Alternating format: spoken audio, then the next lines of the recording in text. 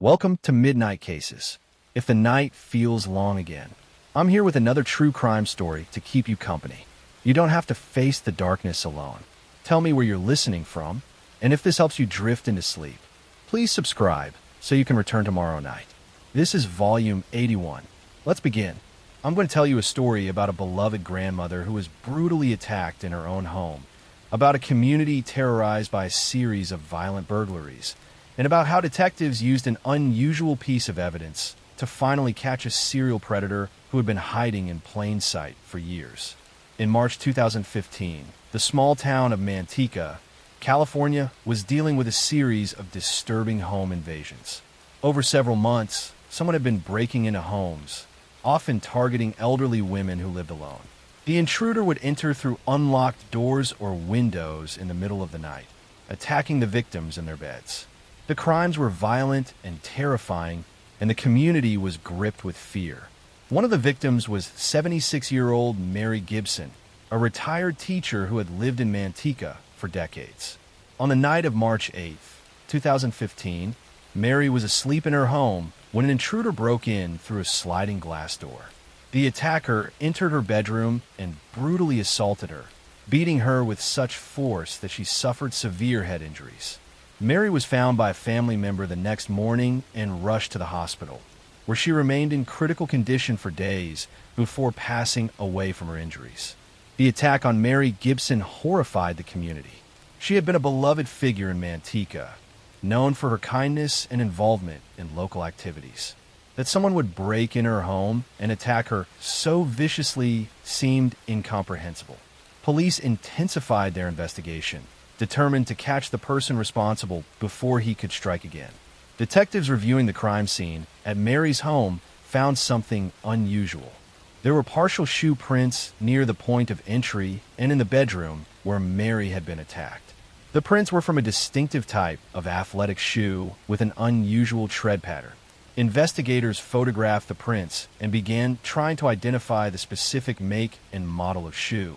Meanwhile, other home invasion cases in the area were being reviewed to see if they might be connected. Detectives found that several unsolved burglaries and attacks on elderly women showed similar patterns. The intruders seemed to target homes where women lived alone or where they would be alone at night. He entered through sliding doors or windows that were unlocked or easy to force open. And in several cases, similar shoe prints have been found at the scenes. As detectives worked to track down the shoe, they caught a break. The distinctive tread pattern matched a specific model of Nike athletic shoe that had been sold in limited quantities. Investigators began checking sales records and surveillance footage from stores that had sold these shoes in the Manteca area. At the same time, police were investigating another lead. A suspicious vehicle had been seen in Mary Gibson's neighborhood around the time of the attack. Witnesses had noticed a white sedan driving slowly through the area late at night, which was unusual for the quiet residential street. Police obtained surveillance footage from nearby homes and businesses, hoping to get a license plate number. The investigation led police to 23-year-old Malik Pat, a local man who had a history of minor criminal offenses. Detectives discovered that Pat owned a white sedan matching the description of the vehicle seen near Mary's home. They also learned that Pat had recently purchased the exact model of Nike shoes whose prints had been found at multiple crime scenes. Police obtained a search warrant for Pat's home and vehicle. Inside, they found the Nike shoes with the distinctive tread pattern. When compared to the prints from Mary Gibson's home and other crime scenes, they were a perfect match. Detectives also found items that had been stolen from several of the burglary victims, providing further evidence linking Pat to multiple crimes. DNA evidence collected from some of the crime scenes was also tested against Pat's DNA. The results showed matches, placing him at the scenes where elderly women had been attacked. The evidence against Malik Pat was overwhelming, connecting him not just to Mary Gibson's attack, but to a series of home invasions targeting vulnerable victims. Malik Pat was arrested in May 2015 and charged with ending Mary Gibson's life, along with multiple counts of burglary, assault, and attempted assault. As the investigation continued, detectives connected him to at least 10 different home invasions in the Manteca area spanning several years. Some victims had survived his attacks, but had been left traumatized. Others, like Mary Gibson, had not survived. The case against Pat revealed a disturbing pattern. He had been specifically targeting elderly women who lived alone, watching homes to identify vulnerable victims. He would strike late at night when victims were asleep and defenseless. Some of the attacks had been sexually motivated, adding another layer of horror to his crimes. Pat's trial began in 2017. The prosecution presented the shoe print evidence, DNA evidence, stolen property found in his possession, and testimony from surviving victims who identified him as their attacker. The evidence was so strong that Pat's defense had little to work with. They couldn't dispute the physical evidence connecting him to the crimes. In 2018, Malik Pat was convicted of first-degree ending of life for Mary Gibson's death, along with multiple other charges related to the home invasions and attacks. He was sentenced to life in prison without the possibility of parole, plus additional consecutive sentences for the other crimes. The judge noted the particular cruelty of targeting elderly victims in their own homes, places where they should have felt safest.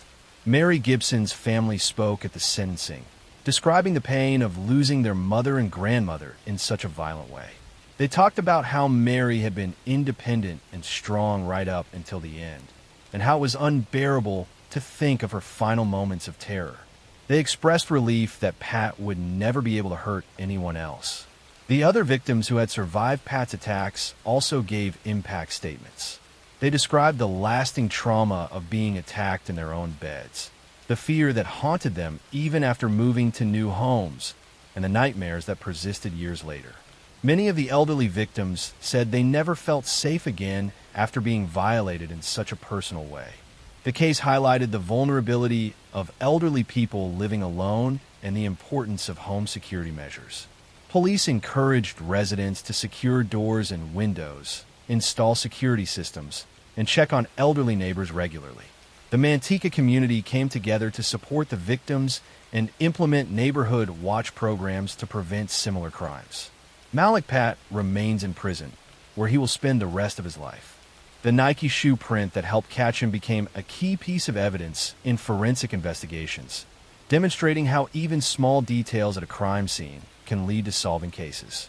Mary Gibson and the other victims deserve to feel safe in their own homes, but instead they encountered a predator who saw their vulnerability as an opportunity.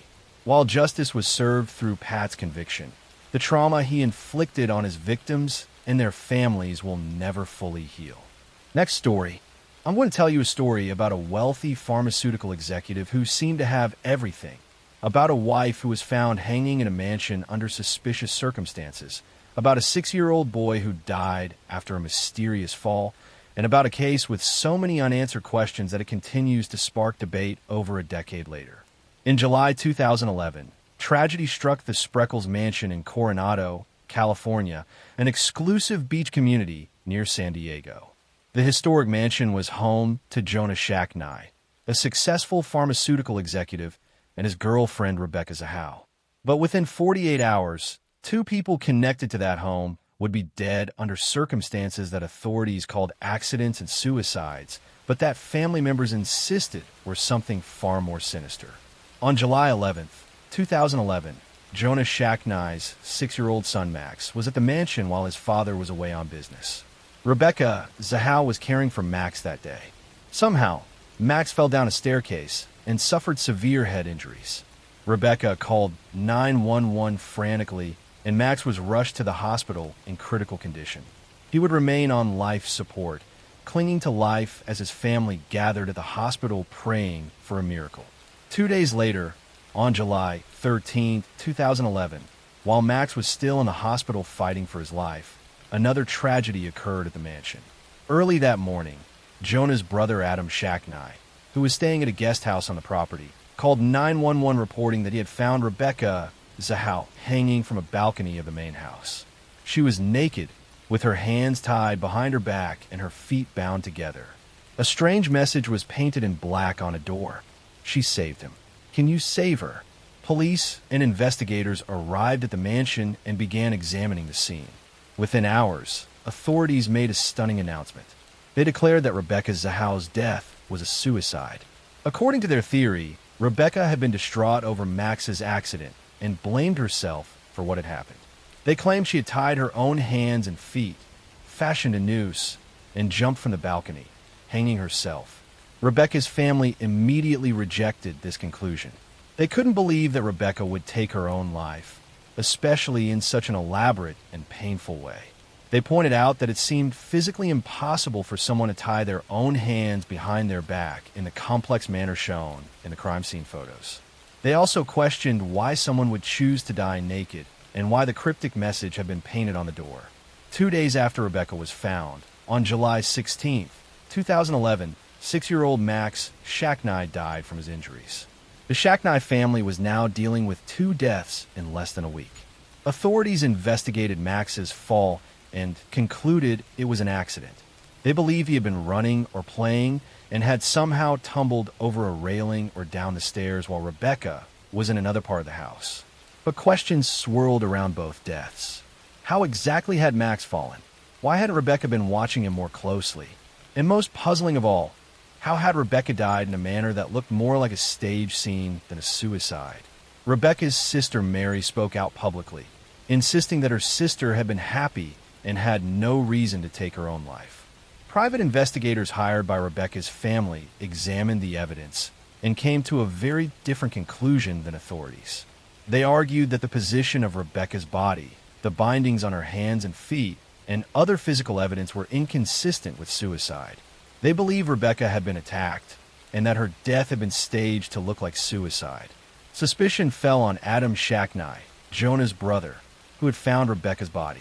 Some questioned why he had been staying at the mansion and whether he might have blamed Rebecca for Max's accident. Adam maintained that he had nothing to do with Rebecca's death and that he had simply been the unfortunate person to discover her body. In 2013, Rebecca Zahao's family filed a wrongful death lawsuit against Adam Shacknai, alleging that he had taken Rebecca's life. The civil trial took place in 2018, and the jury heard conflicting expert testimony about whether Rebecca's death could have been a suicide or whether it had been staged. The jury ultimately found Adam Shacknai responsible for Rebecca's death and awarded her family millions of dollars in damages. Adam Shacknai has consistently denied any involvement in Rebecca's death. He appealed the civil verdict, but the judgment was upheld. Despite the civil verdict, no criminal charges have ever been filed. The San Diego Sheriff's Department has maintained their original conclusion that Rebecca's death was a suicide, despite the civil jury's finding. The case has been featured in numerous documentaries and true crime shows, with experts weighing in on both sides. Some believe the authorities got it right, and that Rebecca did take her own life in an unusual but possible manner. Others believe there was a rush to judgment, and that evidence of foul play was overlooked or ignored. One of the most puzzling aspects of the case remains the cryptic message painted on the door. If Rebecca wrote it, what did it mean? Was she referring to Max, suggesting she had tried to save him? Or was the message written by someone else, perhaps trying to create confusion or suggest a motive for suicide? The message has never been definitively explained. The Shacknai family tragedy tore multiple families apart. Max's mother, Dina Shacknai, lost her only son. Rebecca's family lost a daughter and sister they believed was the victim of violence that was covered up. Jonah Shacknai lost both his son and his girlfriend in less than a week.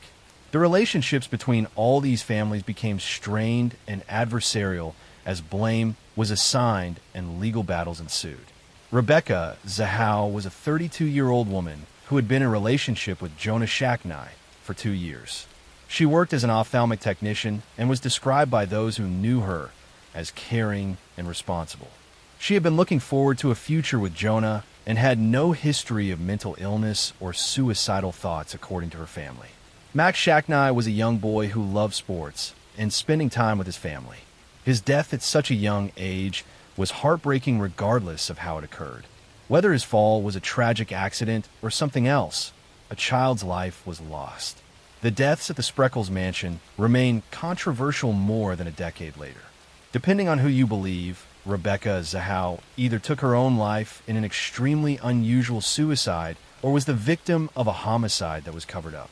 The truth may never be fully known, But the tragedy of two deaths in one house within days of each other continues to haunt everyone connected to the case and spark debate about what really happened during those July days in 2011. Next story. I'm going to tell you a story about a young nursing student who had just started her career, about a neighbor who offered to help with a broken taillight, and about how a chance traffic stop led to the discovery of one of the most chilling abduction cases in recent history. In July 2016, 21-year-old Carl Shaw Freeland Williams was walking home in Philadelphia when she was suddenly grabbed by a stranger and dragged into a car. Security cameras captured the terrifying abduction as Carl Shaw fought desperately, even managing to knock her glasses off as a clue and fighting so hard that she left her shoe behind on the street. The video went viral as police and the community desperately searched for her. 3 days later, Carl Shaw was found alive in Maryland, rescued after her abductor was stopped by police. But that's not the story I want to tell you today. Let me tell you about a different case. In October 2014, 20-year-old Hannah Graham was a second-year student at the University of Virginia in Charlottesville. She was bright, athletic, and loved by everyone who knew her. On the night of September 13th, 2014, Hannah went out with friends in the downtown mall area, a popular spot for university students. Sometime around 1 in the morning, Hannah became separated from her friends. Surveillance cameras captured her walking alone through the downtown area, looking lost and confused. She appeared to be texting on her phone, possibly trying to find her way or contact friends. Multiple cameras tracked her movement through the streets, and witnesses would later report seeing her. Then Hannah encountered Jesse Matthew, a 32-year-old man who worked as a hospital orderly. Surveillance footage showed Matthew walking beside Hannah, and witnesses saw them leave a restaurant together. Hannah's friends reported her missing when she didn't return home or respond to messages, and police immediately began investigating. When detectives reviewed the surveillance footage and identified Jesse Matthew as the last person seen with Hannah, they brought him in for questioning. Matthew spoke with police briefly, but then left and refused to cooperate further. His behavior made investigators suspicious, and when they searched his background, they discovered he had been accused of assault in the past, though charges had been dropped. Police obtained a warrant to search Matthew's car and apartment. Inside his vehicle, they found forensic evidence that Hannah had been in the car. The evidence suggested something violent had occurred. Matthew was charged with abduction with intent to defile, and police intensified their search for Hannah, hoping she might still be alive. But Matthew had already fled.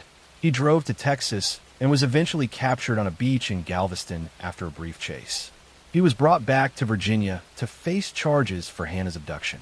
Meanwhile, massive search efforts continued across Virginia, with thousands of volunteers combing fields, woods, and rural areas looking for any sign of Hannah.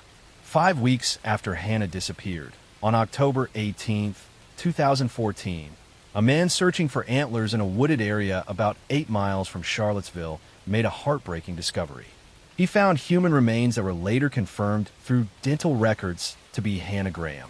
The news devastated her family, friends, and the entire university community who had been praying for her safe return. As investigators continued examining Jesse Matthews' background, they made a disturbing connection to another case. In 2009, a Virginia Tech student named Morgan Harrington had disappeared after attending a concert in Charlottesville. Her remains had been found months later in a remote area. DNA evidence for Morgan's case had never matched anyone in criminal databases, but when Matthew's DNA was entered into the system, it matched evidence from Morgan Harrington's case. The realization was shocking. Jesse Matthew had taken the lives of at least 2 young women, both college students in Charlottesville, 5 years apart. Investigators began looking at other unsolved cases to see if Matthew might be connected to additional crimes. They discovered he had been employed at several universities over the years and had a history of assault allegations that had never resulted in convictions. In March 2015, Jesse Matthew was charged with first-degree ending of life in Hannah Graham's case and was also charged with taking Morgan Harrington's life. The evidence against him was strong, including DNA evidence, forensic evidence from his car, and the timeline of his movements on the night Hannah disappeared. Rather than face trial, Jesse Matthew decided to plead guilty. In March 2016, he pleaded guilty to taking both Hannah Graham's and Morgan Harrington's lives. He was sentenced to 4 consecutive life sentences, ensuring he would never be released from prison. During the proceedings, he showed little emotion and offered no real explanation for why he had committed these terrible crimes. Hannah Graham's parents spoke at the sentencing, describing their daughter's dreams and the future that had been stolen from her.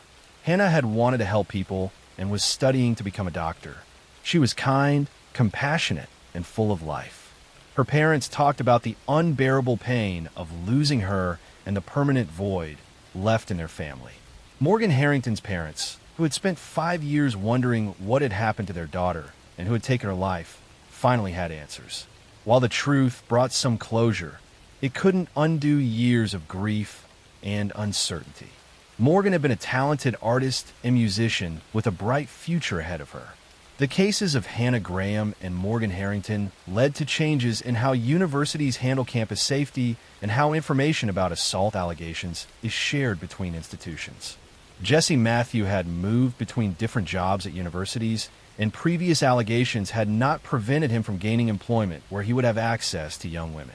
The University of Virginia and Virginia Tech both strengthened their safety protocols, increased late-night transportation options for students, and improved lighting and security camera coverage in areas where students frequently traveled.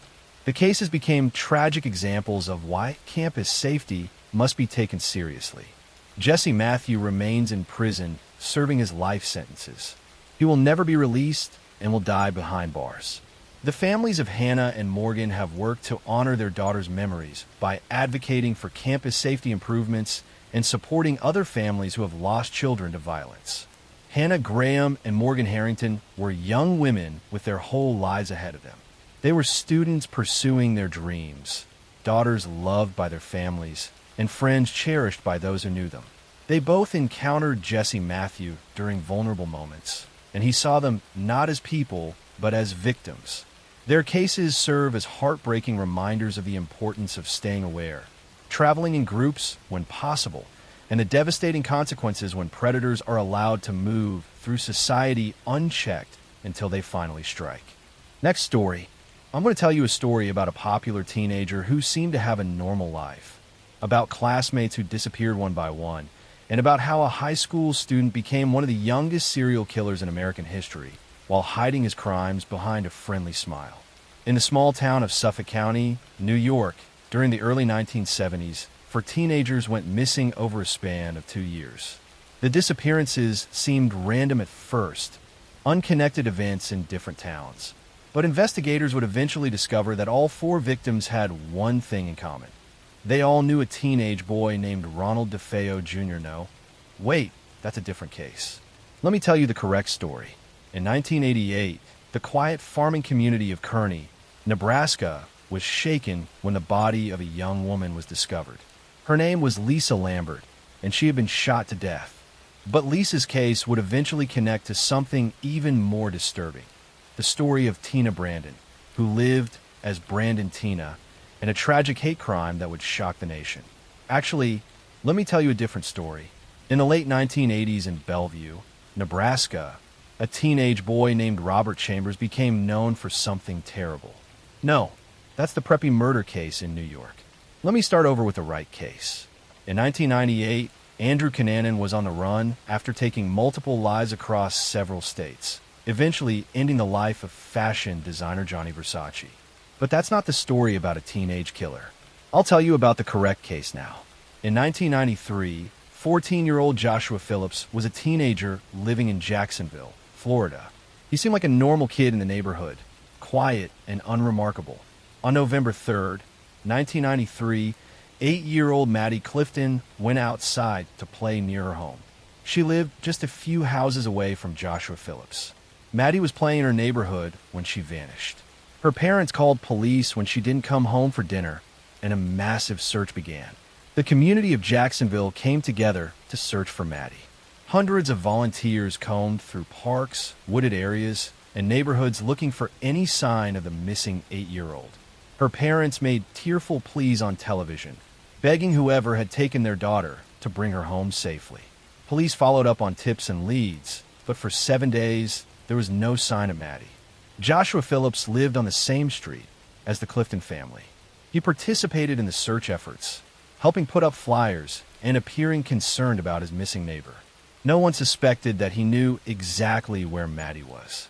A week after Maddie disappeared, Joshua's mother, Melissa Phillips, noticed a strange smell coming from her son's bedroom. She thought perhaps Joshua had left food under his bed or that something had gotten stuck under there.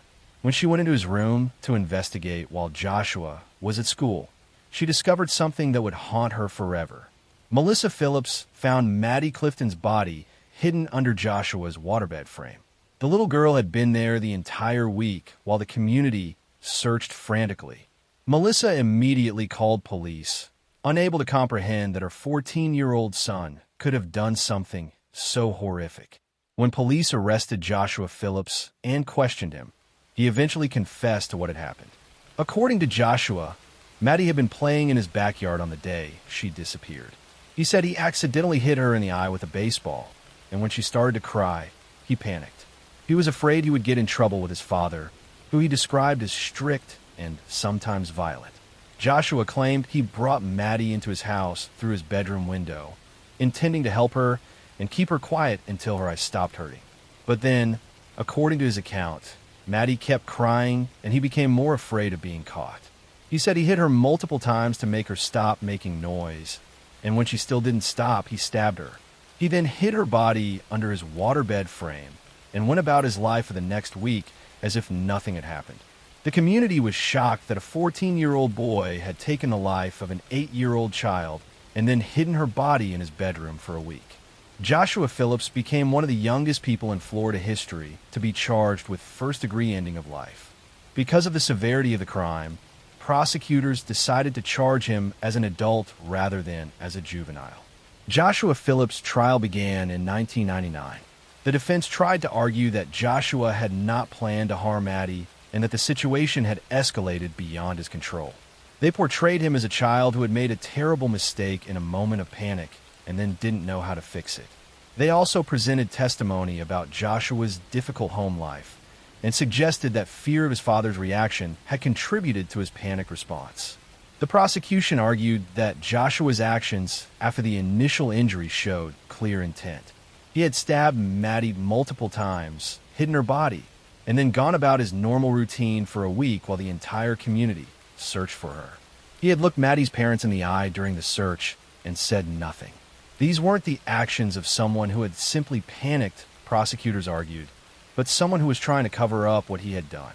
The jury found Joshua Phillips guilty of first-degree ending of life. Because he was 14 at the time of the crime and was being tried as an adult, the judge sentenced him to life in prison without the possibility of parole. Joshua Phillips, still just a teenager, was sent to adult prison where he would spend the rest of his life. The case raised difficult questions about how to handle young offenders who commit serious violent crimes. Should a 14-year-old be sentenced to life without parole? Was Joshua a child who made a terrible mistake? Or was he a dangerous person who would always be a threat? These questions continue to be debated. Maddie Clifton was a bright, happy 8-year-old who loved playing outside. She was simply playing in her neighborhood when she encountered Joshua Phillips. She should have been able to play safely near her own home, but instead she became the victim of senseless violence from someone who should have been just another kid in the neighborhood. Joshua Phillips remains in prison in Florida, now in his 40s. He has given interviews over the years, continuing to express remorse and maintaining that he didn't intend to harm Maddie. Maddie's family has said they can never forgive him for taking their daughter and for hiding her body while they desperately searched. The case of Joshua Phillips and Maddie Clifton remains one of the most disturbing examples of a child taking another child's life, a tragedy that destroyed 2 families and haunted an entire community. Next story. I'm going to tell you a story about a decorated war hero who seemed to be living the American dream, about a wife who was found dead in the family swimming pool, and about how a seemingly perfect military officer was hiding a secret life that led to suspicions he had taken not one, but 2 wives' lives decades apart. In December 2001, Michael Peterson called 911 from his Durham home. Actually, I've already told you that story. Let me tell you a different one. In April 2008, Drew Peterson was arrested for taking the life of his third wife. Wait, I've told you that story too. Let me tell you about a different case. In 2011, Martin McNeil was a well-respected doctor in Pleasant Grove, Utah. He had been married to his wife Michelle for nearly 30 years, and they had 8 children together. Martin appeared to be a devoted family man, successful in his career and active in his church community. But behind this perfect facade, Martin was living a double life that would soon be exposed in the most tragic way.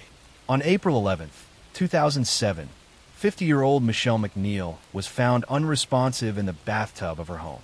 She had recently undergone cosmetic surgery, and Martin told investigators that she must have fallen and drowned while recovering from the procedure. He claimed he had been out running errands when he came home and discovered her in the tub. He said he had tried to revive her, but couldn't save her. Initially, Michelle's death was ruled as natural causes, attributed to heart problems related to the surgery and the medication she was taking. But Michelle's daughters, particularly her daughter Alexis, immediately suspected that something was wrong. They couldn't believe their mother had simply died in the bathtub, especially under the circumstances Martin described. What made the family suspicious was Martin's behavior after Michelle's death. Within just 2 weeks of his wife dying, Martin brought a woman named Gypsy Willis into the family home. He introduced her to his younger children as a nanny who would help take care of them. But the older daughters knew the truth. Martin had been having an affair with Gypsy for years, and now he was moving his mistress into their mother's home almost immediately after her death. The daughters began investigating their father and discovered that Martin had a long history of deception. He had lied about his credentials, falsely claiming to have degrees he didn't actually possess. He had been manipulative and controlling in his marriage. And most disturbing, they learned that Martin had pushed Michelle to have the cosmetic surgery she didn't really want, then insisted she take a dangerous combination of medications during her recovery. Alexis McNeil became convinced that her father had deliberately caused her mother's death, so he could be with his mistress. She pushed authorities to reopen the investigation. She gathered evidence of her father's affair and his suspicious behavior. She wouldn't let the case be closed and forgotten. As investigators took a second look at Michelle's death, they discovered troubling facts. Martin had prescribed Michelle a cocktail of powerful medications after her surgery, including drugs that shouldn't have been taken together. He had been the one controlling all her medications and had access to give her anything he wanted. The combination of drugs found in Michelle's system could have caused her to lose consciousness and drown. Witnesses came forward saying they had overheard Martin talking about wanting to be free of his marriage. Prison inmates testified that Martin had once asked them for advice about how to make someone's death look like an accident. Phone records showed Martin had been in constant contact with Gypsy Willis before and after Michelle's death. Most damaging was testimony from Michelle's own daughters, who described how Martin had insisted on sending them away on errands the day Michelle died, ensuring no one would be home. They testified that Martin had been pushing Michelle to take more and more medication, and that Michelle had been scared of him in the days before her death. In 2012, 5 years after Michelle's death, Martin McNeil was arrested and charged with taking his wife's life. His trial began in October 2013 and attracted national media attention. The prosecution painted Martin as a narcissistic manipulator who had grown tired of his wife and wanted to replace her with his mistress. They argued he had essentially poisoned Michelle with drugs and then drowned her in the bathtub, staging it to look like an accident related to her surgery. Martin's defense team argued that Michelle's death was indeed an accident or natural causes related to her heart condition and the surgery. They tried to discredit the daughter's testimony by suggesting they were estranged from their father and had financial motives for wanting him convicted. They attacked the credibility of the prison inmate witnesses, but the evidence was too strong. In November 2013, Martin McNeil was found guilty of taking Michelle's life and of obstruction of justice. He was sentenced to 15 years to life in prison.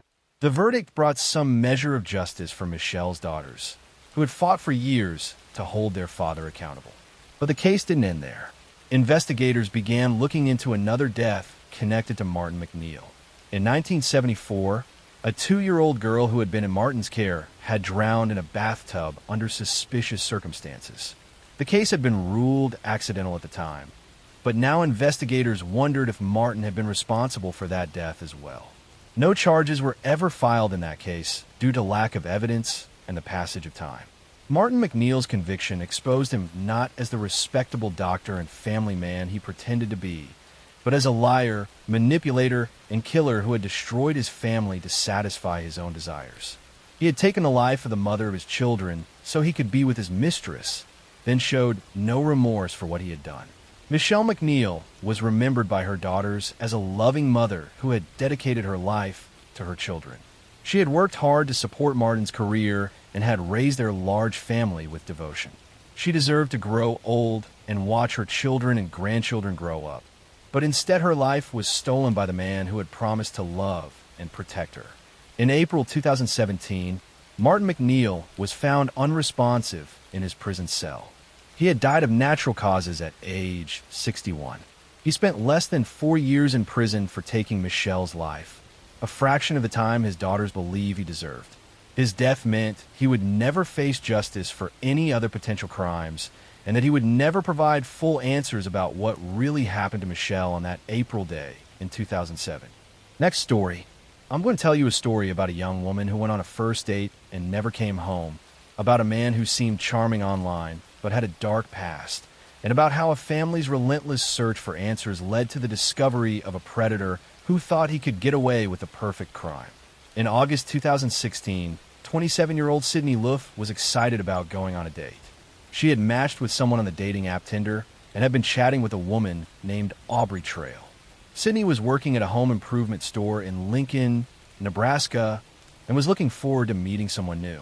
She told her friends and co-workers about the upcoming date, and on November 15, 2016, Sydney went out to meet her date. That was the last time anyone saw Sydney Luff alive. When she didn't show up for work the next day and didn't respond to calls or texts, her friends and family knew immediately that something was wrong. Sydney was responsible and reliable. She wouldn't just disappear without telling anyone. Her worried friends reported her missing to police. Investigators began tracing Sydney's last known movements and discovered that she had gone on a date with someone she had met through Tinder. But as they dug deeper, they found that the person Sydney thought she was meeting wasn't exactly who they claimed to be. The profile belonged to a woman named Bailey Boswell, but Bailey was actually working with her boyfriend, a man named Aubrey Trail. Police obtained surveillance footage from stores where Sydney had been seen with Bailey on their date. The footage showed Sydney and Bailey together, shopping and appearing to have a normal evening. But after that night, Sydney vanished completely.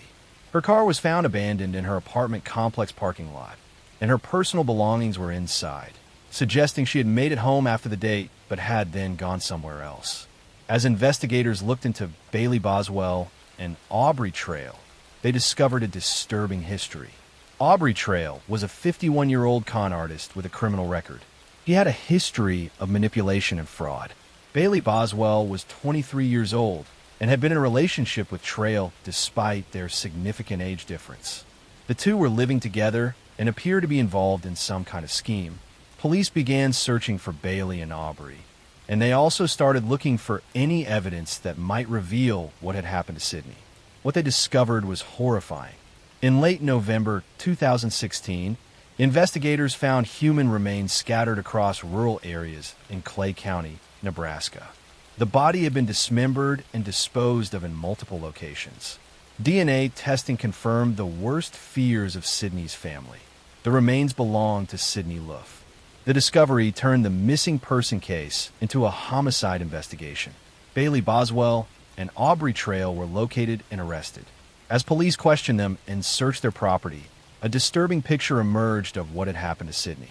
According to the investigation, Aubrey Trail had orchestrated the entire plot. He had convinced Bailey to create the Tinder profile and lure Sydney into meeting them. Trail's plan was to kidnap and harm Sydney, and he had been fantasizing about committing such a crime. Bailey had gone along with the plan, using her appearance and charm to make Sydney feel comfortable and safe. On the night Sydney disappeared, she had gone back to Trail and Boswell's apartment after the initial date. Once there, Trail attacked and strangled Sydney while Bailey was present. After taking Sydney's life, the couple dismembered her body and disposed of the remains in multiple locations, thinking they could hide the evidence of their crime. During the investigation, police found disturbing evidence in Trail and Boswell's apartment and storage units. They discovered tools that had been used to dismember Sydney's body, cleaning supplies purchased to eliminate evidence, and personal items belonging to Sydney. They also found videos and messages that showed Trail had been planning to commit violence and that Bailey had been a willing participant. Both Bailey Boswell and Aubrey Trail were charged with first-degree ending of life. Trail's trial began in June 2019. The prosecution presented overwhelming evidence, including the forensic evidence from the crime scene, surveillance footage showing Sydney with Bailey, and testimony about Trail's violent fantasies and plans. During his trial, Aubrey Trail made shocking courtroom outbursts. At one point, he slashed his own throat in the courtroom with a razor blade, causing a chaotic scene before he was subdued and given medical treatment. He survived the suicide attempt, and the trial continued. Trail's bizarre and attention-seeking behavior demonstrated his unstable and manipulative personality. In July 2019, Aubrey Trail was convicted of first-degree ending of Sydney Luft's life. He was sentenced to death by a 3-judge panel. Trail showed no genuine remorse for what he had done and continued to behave erratically throughout the proceedings. His death sentence reflected the premeditated and heinous nature of his crime. Bailey Boswell's trial took place in October 2020. The prosecution argued that she was not merely a passive participant, but had actively helped Trail plan and execute the crime. They showed that Bailey had lured Sydney using the dating app, had been present during the attack, and had helped dispose of the body. Bailey claimed she had been manipulated and controlled by Trail, but the evidence showed she had been a willing participant. Bailey Boswell was also convicted of first-degree ending of life. She became one of the few women in Nebraska history to be sentenced to death. The judge and jury rejected her claims that she was a victim of Trail's manipulation, finding instead that she had made conscious choices to participate in the kidnapping and taking of Sydney's life. Sydney Luft's family has endured unimaginable pain since her disappearance and death. Sydney was a kind, trusting young woman who was simply trying to meet new people and enjoy life. She had no way of knowing that the dating profile she matched with was part of a trap set by 2 people looking for a victim. The case highlighted the potential dangers of online dating and the importance of safety precautions when meeting people from apps. Sydney had told friends about her date and had seemed to take reasonable precautions, but she still encountered predators who saw her as prey rather than a person. Sydney's family has worked to honor her memory by raising awareness about online dating safety and supporting other families who have lost loved ones to violence. They remember Sydney for her bright smile, her love of animals, and her kind heart. She was taken from them by 2 people who valued their twisted desires more than human life. But Sydney is remembered for who she was, not for how she died. Aubrey Trail and Bailey Boswell remain on death row in Nebraska, where they will likely spend years in appeals before any execution could take place. But regardless of when or if their sentences are carried out, they have already lost their freedom and will never again be able to harm anyone the way they harmed Sydney Luft. Next story. I'm going to tell you a story about a pregnant woman who was preparing to celebrate Christmas with her family, about a husband who made a desperate 911 call, and about how investigators discovered that a loving marriage was actually hiding years of abuse that ended in a tragedy on Christmas morning. In December 2009, the Kleindienst family was looking forward to celebrating Christmas together in their home in Harford County, Maryland. 29-year-old Crystal Kleindienst was 5 months pregnant with her second child, and she and her husband Chris were raising their young daughter together. From the outside, this seemed like a typical young family preparing for the holidays. But on Christmas morning, December 25, 2009, Chris Kleindienst called 911 in a panic. He told the operator that he had woken up to find his wife, Crystal, unresponsive in their bed. He said she wasn't breathing and that he didn't know what was wrong. Paramedics rushed to the home, but when they arrived, they found Crystal was already deceased. She had been dead for some time. The circumstances of Crystal's death immediately raised red flags for investigators. She was a young, healthy woman who was pregnant, and there was no obvious medical reason why she would have died suddenly in her sleep. The 911 call and Chris's behavior also seemed off to the responding officers. Something about the scene didn't feel right. An autopsy was performed on Crystal's body, and the results were shocking. The medical examiner determined that Crystal had been strangled to death. She had not died of natural causes or a medical emergency. Someone had deliberately taken her life while she slept in her own bed. The unborn baby she was carrying had also died. Police immediately focused their investigation on Chris Kleindienst. He was the only other adult in the home when Crystal died, and he had been sleeping right next to her. There were no signs of forced entry or any evidence that an intruder had been in the house. The bedroom door had been closed with the couple's young daughter sleeping in another room. As detectives dug into the Kleindienst marriage, they discovered it was far from the happy relationship Chris had portrayed. Friends and family members came forward with disturbing information about Chris's treatment of Crystal. They described a pattern of controlling and abusive behavior that had been going on for years. Crystal had confided in friends that Chris was emotionally and verbally abusive. He controlled their finances and monitored her activities. He had been pressuring Crystal to have an abortion because he didn't want another child, but Crystal had refused. She wanted to keep the baby and was excited about becoming a mother again despite the problems in her marriage. Investigators learned that the relationship between Chris and Crystal had been deteriorating in the months before her death. Chris had been having an affair with another woman and had wanted out of the marriage.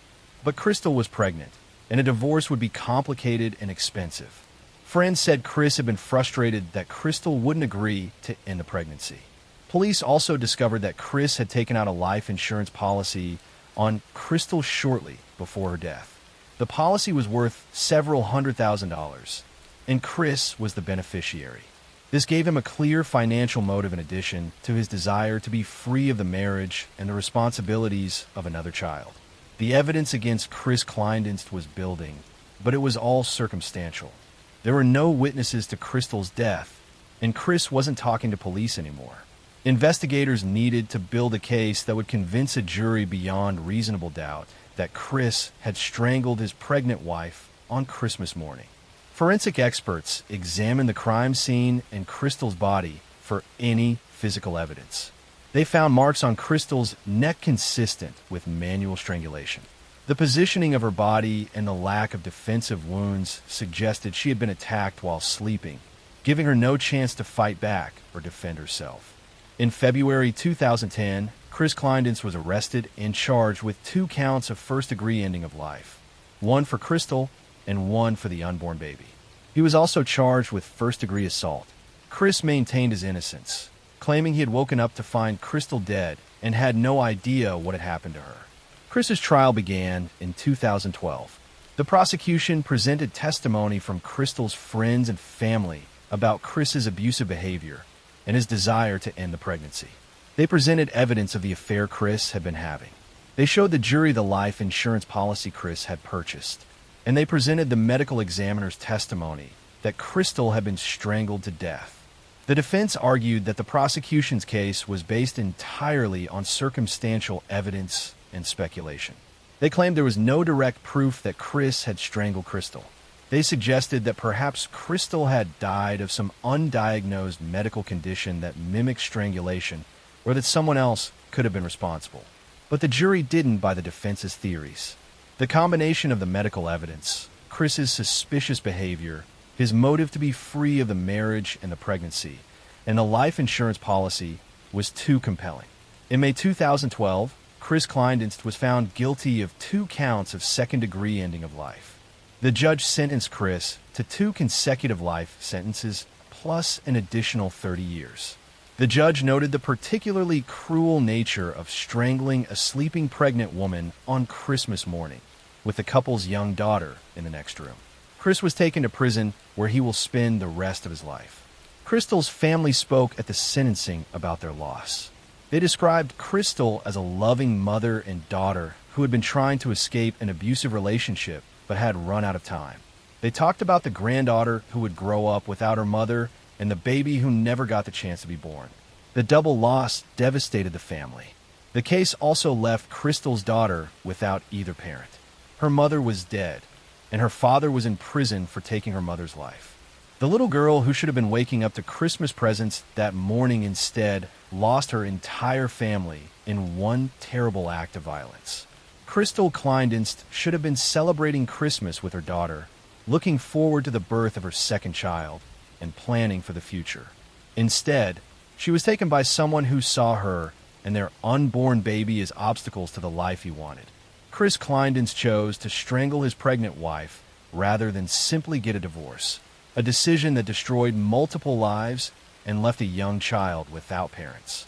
The case served as a tragic reminder that the most dangerous time for women in abusive relationships is often when they are pregnant or trying to leave. Crystal had been trapped in a controlling relationship with a man who ultimately decided that ending her life was easier than letting her go. Next story. I'm going to tell you a story about a college freshman who went to a party and never made it home, about security cameras that tracked her final steps, and about how a case that seemed impossible to solve was finally cracked when a suspect made one critical mistake years later. In September 2006, 20-year-old Tara Grinstead was a beloved high school teacher and former beauty queen living in Acilla, Georgia. She taught history at Irwin County High School and was a mentor to many of her students. On October 22, 2006, Tara went to a beauty pageant where she was helping as a judge, and afterward, she attended a barbecue at a friend's house. That was the last time anyone saw her. When Tara didn't show up for work on Monday morning, her colleagues knew something was wrong. Tara was extremely reliable and would never miss work without calling. Friends went to her house to check on her and found her car parked outside, and her cell phone and keys inside the home.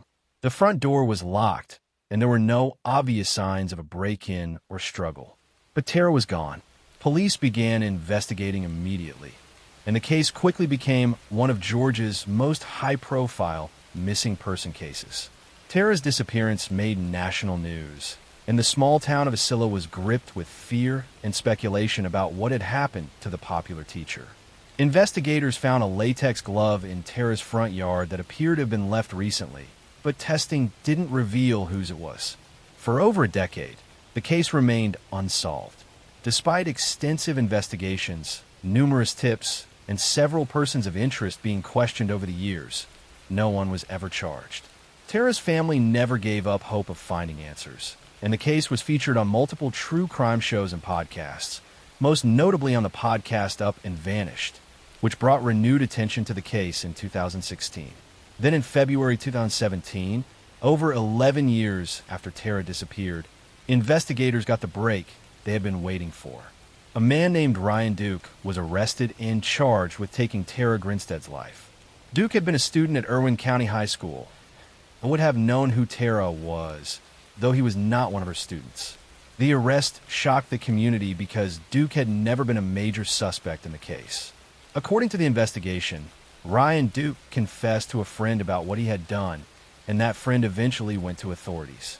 Duke told investigators that he had broken into Tara's home intending to commit burglary. He claimed he was high on drugs at the time, and that when Tara woke up and confronted him, he panicked and attacked her, strangling her to death. Duke said he then enlisted the help of a friend named Bo Dukes to dispose of Tara's body. According to the confession, the two men took Tara's body to a pecan orchard that belonged to Bo Dukes' family, where they burned her remains and scattered the ashes. Bo Dukes was arrested and charged with concealing a death and hindering the apprehension of a criminal. He was later convicted and sentenced to 25 years in prison. The confession and arrest brought some answers to Tara's family after more than a decade of uncertainty. But the case was far from over. Ryan Duke's trial was delayed multiple times over the next several years. Then, when the trial finally began in 2022, Duke did something shocking. He recanted his confession. At trial, Ryan Duke claimed that his confession had been false and that he had only confessed because he was under pressure. He now claimed that Bo Dukes was actually the one who had taken Tara's life, and that he, Ryan, had only helped dispose of the body. Duke testified that Bo had told him he killed Tara and forced him to help burn her remains, threatening him to keep quiet about it. The trial became a complicated he said situation. Bo Dukes was already in prison and chose not to testify, exercising his Fifth Amendment right.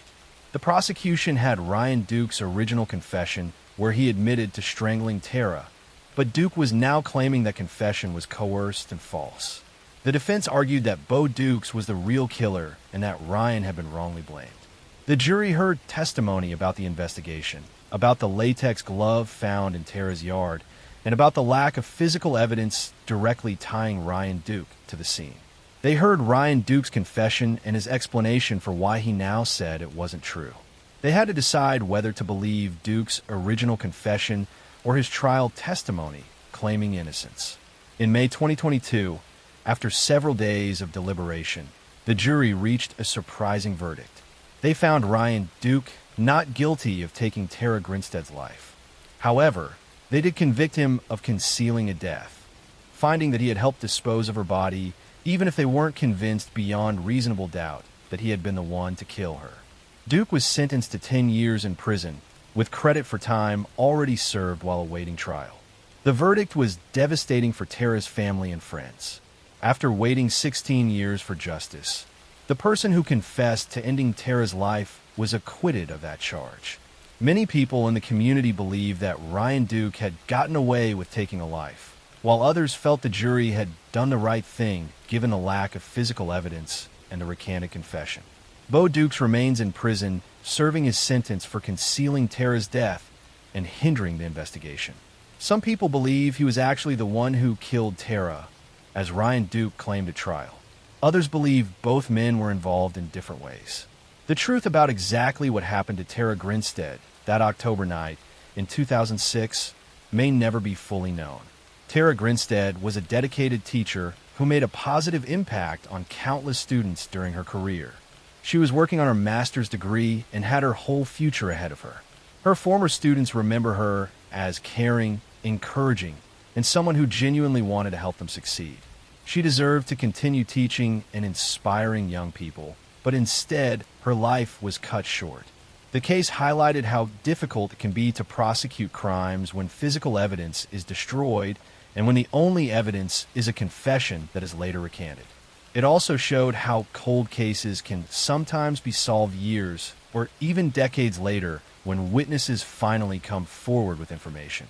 While Tara's family didn't get the verdict they hoped for, they at least finally knew what had happened to her and were able to have some closure after 16 years of painful uncertainty. Tara's legacy lives on through the students whose lives she touched and through the foundation her family established to provide scholarships to local students. She is remembered not for how she died, but for how she lived and the positive difference she made in her community during her 20-year life. Next story, I'm going to tell you a story about faith, power, and silence. About how an institution trusted by millions became the shelter for predators who used the language of God to destroy lives. This is the story of how the Catholic Church's greatest sin was not just what was done, but what it allowed to continue. For centuries, the Catholic Church stood as one of the most powerful institutions on earth. It preached compassion, morality, and the protection of the innocent.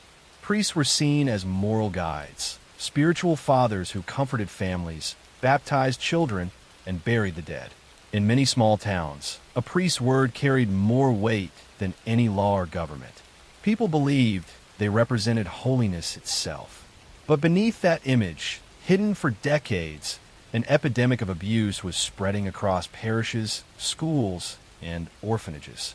It was not the story of one man or one place. It was a pattern repeated around the world.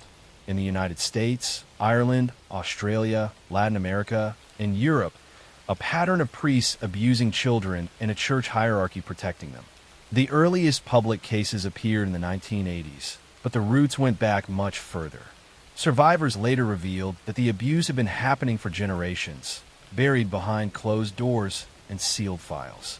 In many cases, victims were children as young as 7 or 8, altar boys, choir members, and students who looked up to their priests as father figures. The abuse often followed the same pattern. A priest would identify a vulnerable child, usually one from a devout family or a broken home.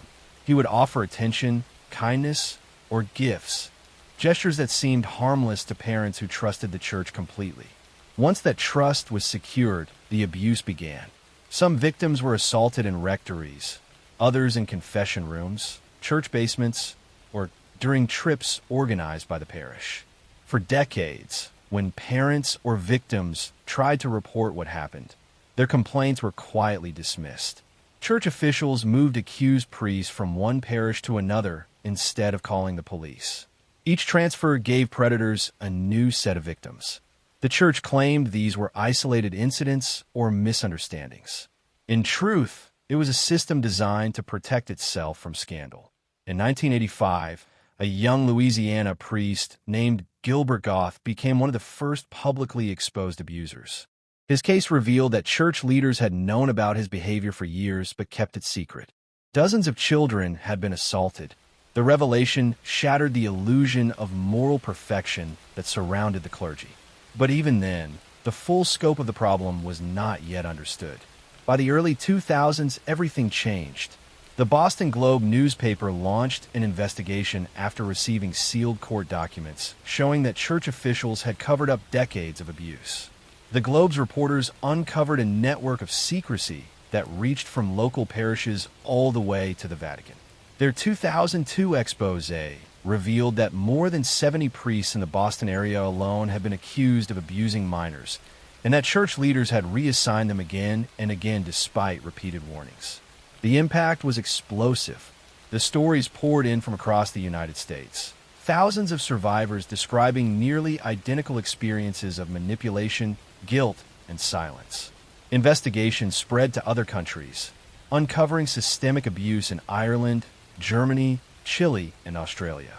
In Ireland, government inquiries later revealed abuse in Catholic-run orphanages and industrial schools dating back to the 1940s. Some survivors described physical and sexual assaults so severe they left lifelong trauma. The church responded by expressing sorrow, but often avoided responsibility. High-ranking bishops claimed they had trusted their priests or misunderstood the seriousness of the allegations. Yet internal documents showed otherwise.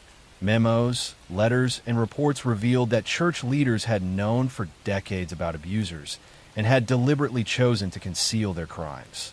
In 2018, a grand jury investigation in Pennsylvania released a report that changed everything. The report named over 300 priests who had abused more than 1,000 children over 70 years. The evidence included internal church archives that described abuse in horrifying detail. Some files showed that church officials had recorded the crimes but never alerted law enforcement. Instead, they offered counseling to the priests, sent them on retreats, and quietly reassigned them to new parishes. The survivors' testimonies were heartbreaking. Many described how the abuse had shattered their faith, leaving them unable to enter a church again. Others spoke of lives consumed by depression, addiction, or guilt, feelings rooted in the manipulation that made them believe the abuse was their fault. For decades, many have been too ashamed to tell anyone. It was only when others spoke out publicly that they found the strength to come forward. Financially, the church faced massive consequences. By the 2020s, Catholic dioceses across the United States had paid more than $4 billion in settlements to victims. Some dioceses declared bankruptcy to avoid further lawsuits. But no amount of money could heal the damage done to the people who had once believed the church represented safety and purity. In Ireland, entire generations grew up under the shadow of what was later called the Magdalene Laundries, institutions where girls and women, often victims of abuse, were confined, exploited, and silenced by nuns. In Australia, a royal commission found that 7% of priests had been accused of sexual abuse between 1950 and 2010. The numbers revealed that this was not a few isolated bad actors. It was a structural failure stretching across continents. The Vatican itself was forced to confront the crisis publicly. In recent years, Popes Benedict and Francis both acknowledged the scale of the wrongdoing. Francis met with survivors, promising reform and accountability. But critics argued that the church's response remained too slow and too focused on damage control rather than justice. The deeper tragedy lies, and the betrayal of faith. For victims, their abusers were not strangers. They were men who baptized them, heard their confessions, and preached about sin and forgiveness. The manipulation went beyond physical harm. It attacked the very core of trust and belief. Today, the Catholic Church continues to face investigations and lawsuits around the world. Many countries have established new laws requiring the immediate reporting of abuse, regardless of religious confidentiality. Some dioceses have implemented background checks and training programs. But for the countless survivors who never received justice, the scars remain. The Church's failure was not only in the crimes themselves, but in the decades of denial that followed. It showed how power and secrecy can turn even the most sacred institutions into places of fear. The damage stretched far beyond the victims. It eroded the faith of millions who once looked to the Church for moral guidance. The story of the Catholic Church abuse crisis is not just about religion. It is about how human systems can become corrupted by pride, and how silence can destroy more lives than violence ever could. Even now, survivors gather quietly in support groups around the world, lighting candles for those who never found the courage to speak. Their strength, not the Church's apologies, is what has kept the truth alive. Next story. I'm going to tell you a story about 3 young women who accepted a ride from a friendly stranger, about a terrifying ordeal that lasted over a decade, and about how one brave woman's escape finally exposed a house of horrors hidden in plain sight in a quiet Cleveland neighborhood. On August 23, 2002, 16-year-old Gina De Jesus was walking home from school in Cleveland, Ohio, when a man she vaguely knew from the neighborhood offered her a ride.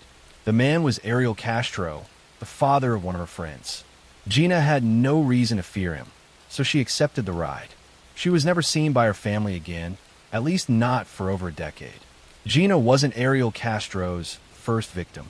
Nearly a year earlier, on August 22, 2002, 21-year-old Michelle Knight had disappeared after leaving a social services building. She had been in a custody battle over her young son and had an appointment that day.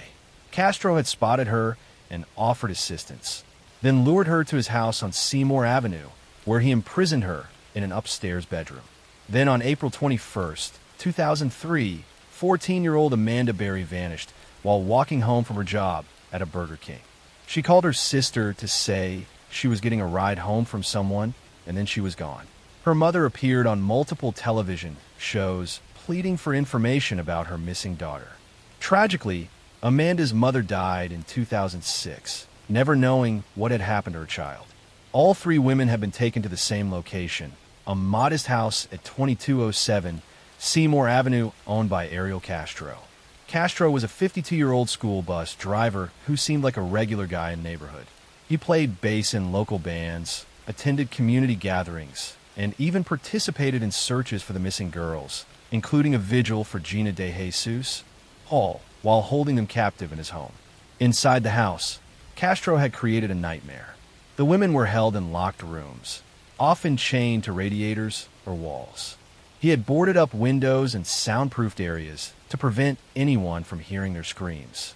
Castro controlled every aspect of their lives, deciding when they could eat, use the bathroom, or move around.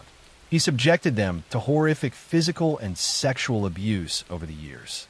Castro kept detailed records of his captives, treating them like possessions rather than human beings. He would play psychological games, sometimes pretending he was going to let them go, only to crush their hopes. He isolated each woman from the others for long periods, preventing them from forming bonds that might give them strength to resist. The most devastating aspect of their captivity was that Castro would force them to become pregnant, only to deliberately cause miscarriages through beatings and starvation. Michelle Knight endured this horror multiple times. But in 2006, Amanda Berry became pregnant, and this time Castro allowed the pregnancy to continue.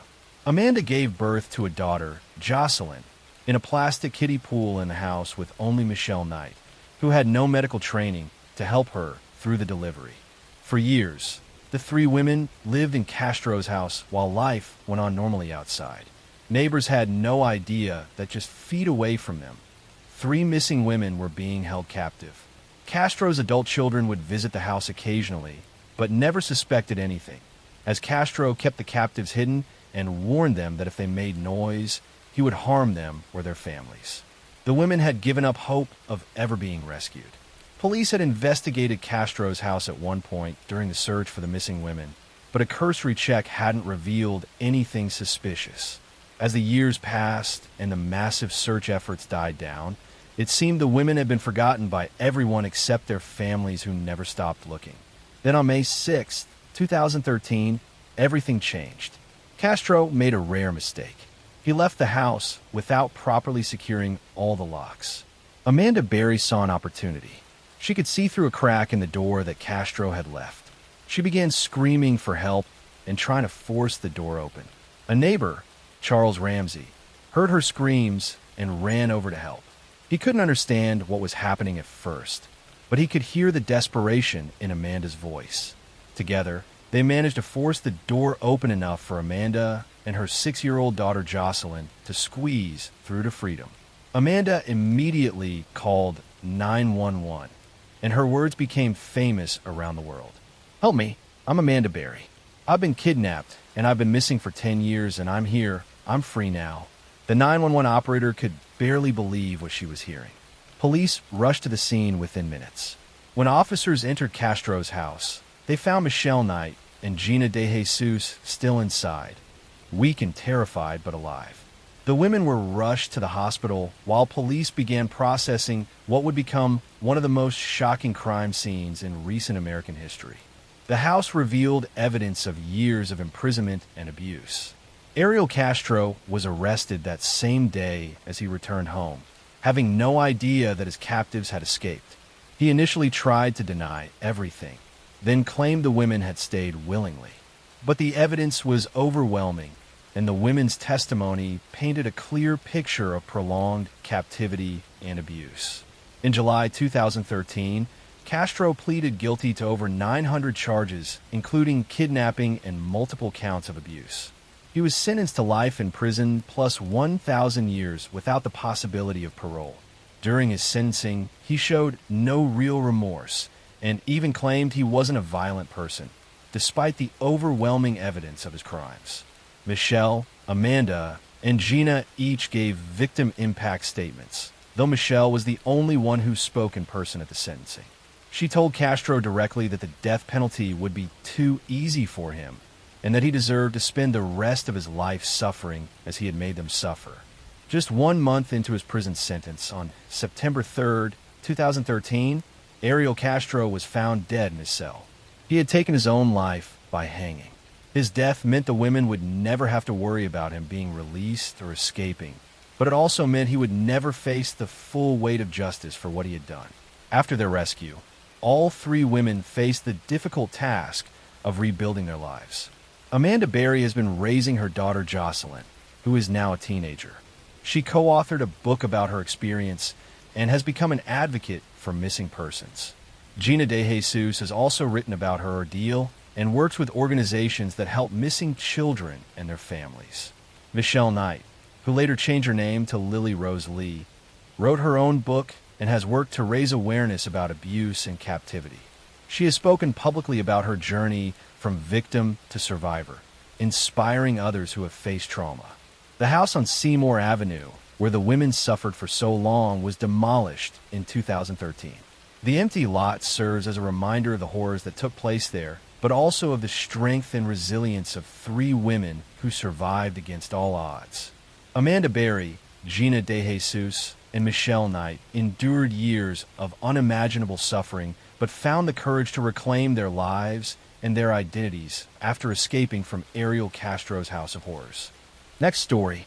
I'm going to tell you a story about a seemingly devoted husband who called 911 on Christmas Eve, about a wife found dead at the bottom of the stairs, and about how one man managed to get away with taking a life for over 15 years before his past finally caught up with him. In December 2001, Michael Peterson called emergency services from his luxurious home in Durham, North Carolina, frantically reporting that his wife Kathleen had fallen down the stairs. When paramedics arrived, They found 48-year-old Kathleen Peterson lying in a pool of blood at the bottom of the back staircase. There was an enormous amount of blood, far more than seemed consistent with a simple fall. Michael Peterson was a novelist and former newspaper columnist who had been married to Kathleen, a successful corporate executive, for several years.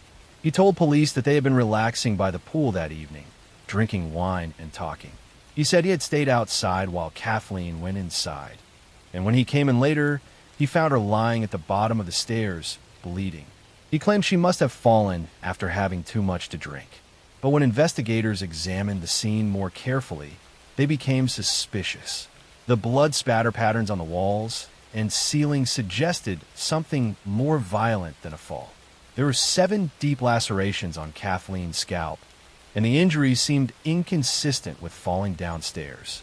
The sheer volume of blood indicated she had been bleeding for some time, raising questions about Michael's timeline of events. As police dug deeper into the Peterson family, they uncovered secrets that cast Michael in a very different light.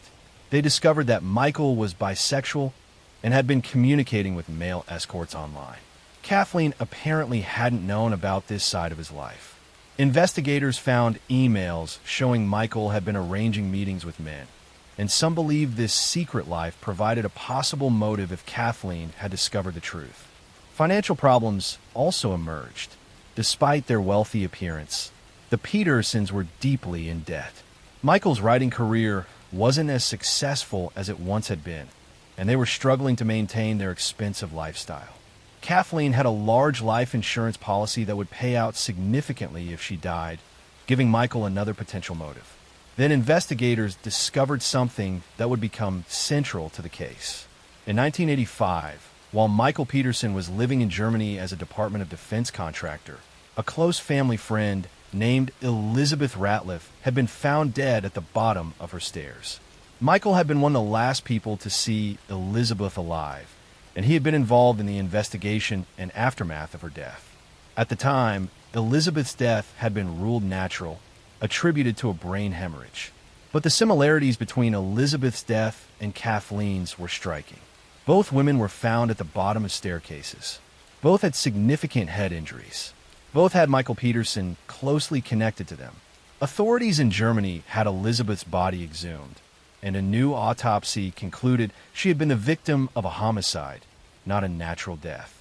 Michael Peterson was arrested and charged with first-degree ending of Kathleen's life. His trial began in 2003 and became a media sensation, partly because a French documentary crew had been given access to film the case for a series called The Staircase. The documentary would eventually become one of the most famous true crime series ever made. The prosecution's case centered on the forensic evidence. They brought in blood spatter expert Dwayne Deaver, who testified that the patterns of blood in the stairwell were consistent with beating, not a fall.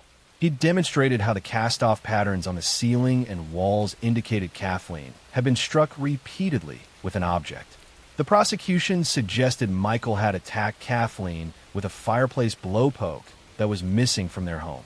The defense argued that Kathleen had simply fallen down the stairs and that the unusual blood patterns were because she had remained conscious for a period of time, coughing and moving, which spread blood around the stairwell.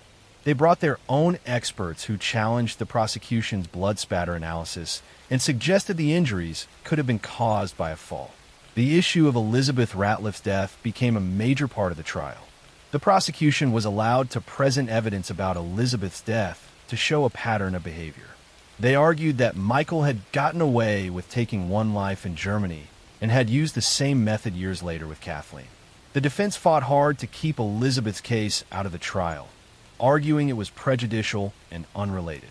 In October 2003, after one of the longest trials in North Carolina history, the jury found Michael Peterson guilty of first-degree ending of life.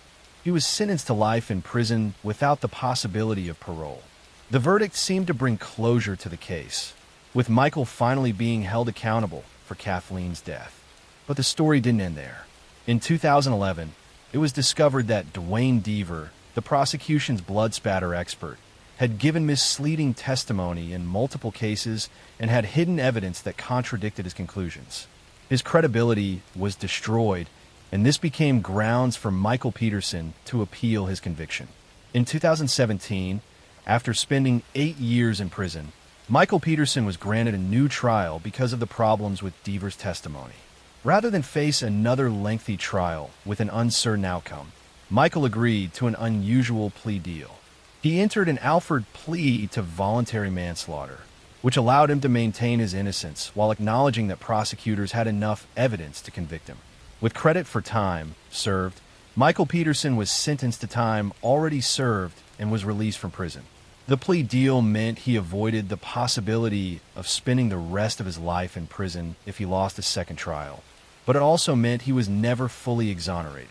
He remains a convicted felon who pleaded guilty to causing Kathleen's death, even though he continues to claim he is innocent. Michael Peterson now lives in Durham, still maintaining that Kathleen fell down the stairs and that he had nothing to do with her death or Elizabeth Ratliff's death years earlier.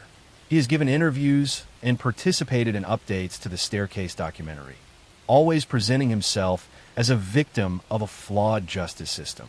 Kathleen Peterson's family and friends believe justice was not fully served. Her daughter from a previous marriage has stated publicly that she believes Michael is responsible for her mother's death and that the plea deal allowed him to escape full accountability. They remember Kathleen as a brilliant, accomplished woman who deserved better than to die violently in her own home. The case remains controversial. Some people believe Michael Peterson is guilty and manipulated the system to gain his freedom. Others believe he was wrongly convicted based on flawed forensic science, and that Kathleen's death truly was a tragic accident. The truth about what happened at the bottom of those stairs on Christmas Eve 2001 may never be fully known, but Kathleen Peterson's life was cut short that night, leaving behind children, family, and friends who still mourn her loss decades later. Next story. I'm going to tell you a story about a charismatic drifter who charmed his way across America, about a killing spree that left dozens dead, and about how one man's good looks and smooth talking made him one of the most infamous serial killers in American history.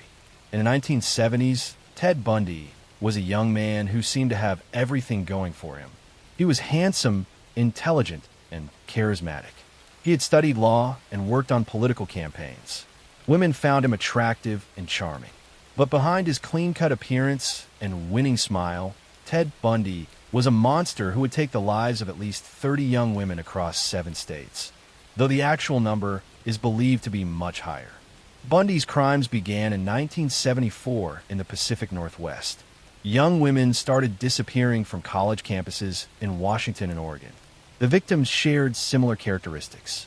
They were typically young, attractive women with long hair parted in the middle. Many were college students who vanished in broad daylight from crowded areas. Bundy's method was calculated and deceptive. He would often wear a fake cast or sling on his arm and approach young women asking for help carrying books or loading something into his car. He played on their kindness and willingness to help someone who appeared injured. Once he got them close to his vehicle, he would overpower them and force them inside. Other times, Bundy would pretend to be an authority figure. He would approach women claiming to be a police officer or security guard, showing fake identification.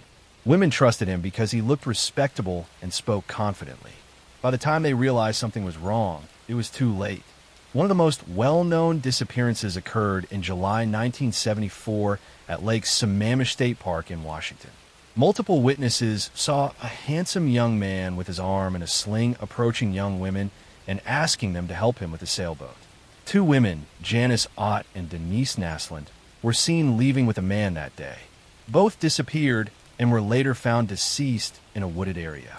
Witnesses provided descriptions of the man and his vehicle, and several remembered he had introduced himself as Ted. Police created composite sketches that were distributed widely. One person who saw the sketches and thought they looked familiar was Ted Bundy's girlfriend. She even called the police tip line to mention her boyfriend's name, but investigators received thousands of tips and didn't follow up on hers immediately. In 1975, Ted Bundy was pulled over by police in Utah for a traffic violation. When officers searched his vehicle, they found suspicious items including a ski mask, handcuffs, rope, and an ice pick. Bundy was arrested, and investigators began connecting him to disappearances across multiple states. A survivor named Carol Duranch came forward and identified Bundy as the man who had tried to abduct her. He had approached her at a shopping mall claiming to be a police officer, saying someone had tried to break into her car. When she got into his vehicle, he tried to handcuff her, but she fought back and escaped. Her testimony was crucial in securing Bundy's first conviction. Bundy was convicted of kidnapping Carol Duranch and sentenced to prison in Utah. While incarcerated, he was also charged with the elimination of a young woman in Colorado. But Bundy was already planning his escape. In 1977, while representing himself in court during a preliminary hearing, he was allowed to use the law library. He jumped out of a second-story window and escaped, though he was recaptured after 6 days. 6 months later, Bundy escaped again, this time from a county jail in Colorado. He had lost weight deliberately and was able to squeeze through a small opening in the ceiling of his cell. He made his way to Florida, where he would commit some of his most brutal crimes.